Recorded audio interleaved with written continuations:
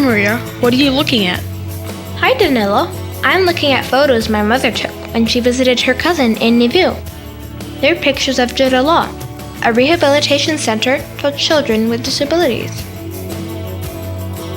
Where is Lviv? It's a city in western Ukraine.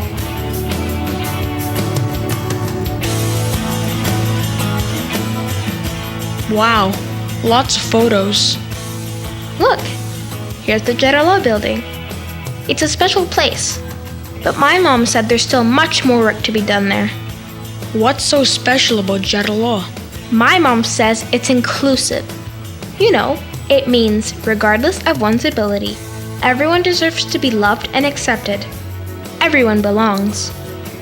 Okay, including everyone is good, but how is that special? You don't know, but before Dzherelo, there was no place for babies and children with disabilities. If they couldn't walk, talk, or develop like everyone else, they were considered unteachable, which meant they could not go to school at all. Really? That's so sad. Their parents must have felt really awful, really helpless. They didn't have anybody to go to ask questions or to get help. Even worse, their parents were told that these children will not be able to do anything, ever. Why would anyone say such a thing? No kidding. That's why, in 1993, not long after Ukraine's independence, a group of parents with children with special needs created Dzherelo. There was nothing like it in Ukraine, but they believed children with disabilities should have a place to learn, have fun, and take part in life. I guess they wanted their children to have hope and to dream. Do the parents have to pay? No, it's free. Everyone is able to come to Dzherelo, no matter how rich or poor they are. Why did they call it Dzherelo? Dzherelo means source. Spring water comes from a Dzherelo. This center is a source of a new or fresh way of looking at disabilities, and Dzherelo's new ideas are spreading all across Ukraine. So, is it a school? Because I thought you said it was a rehabilitation center. Both, really. One part of Dzherelo is a therapy center. Here, the children do all sorts of exercises, use special equipment, and work with therapists that help them to be the best they can be. In another part of Dzherelo, there's a really neat school where kids learn at their own pace and have their own programs.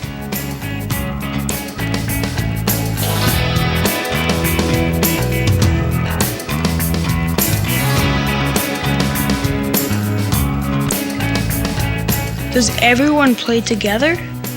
Dzherelo has a playground that it shares with the neighborhood children, and groups of children from other schools come to visit Dzherelo. Then, all the children play and take part in activities together. That is neat. So everyone is included. You know, Danilo, Dzherelo was the first center in Ukraine to integrate children with disabilities into the regular school system. About 10 years ago, some children from Dzherelo and their aides began to be bused to school number 82 in Lviv, where they learned in classrooms with all children. How do the children with physical disabilities manage in these schools? Well, the school needed to be equipped with special bathrooms, ramps, and physiotherapy equipment.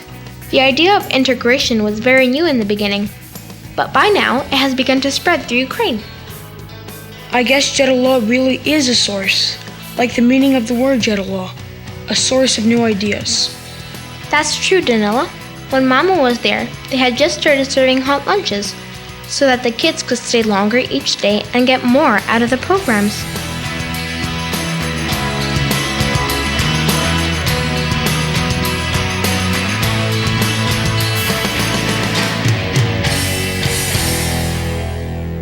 My mother also told me about a little girl, Natalka. When she first arrived at Dzherelo, she did not talk at all. With the help of the programs at Dzherelo, Natalka learned to talk and will be attending a regular school next year. So before Dzherelo, she would just stay home in her apartment, never talking? Hard to believe, isn't it? You know, after attending Dzherelo for a while, some students are able to attend a regular school, like Natalka. Some have gone on to university.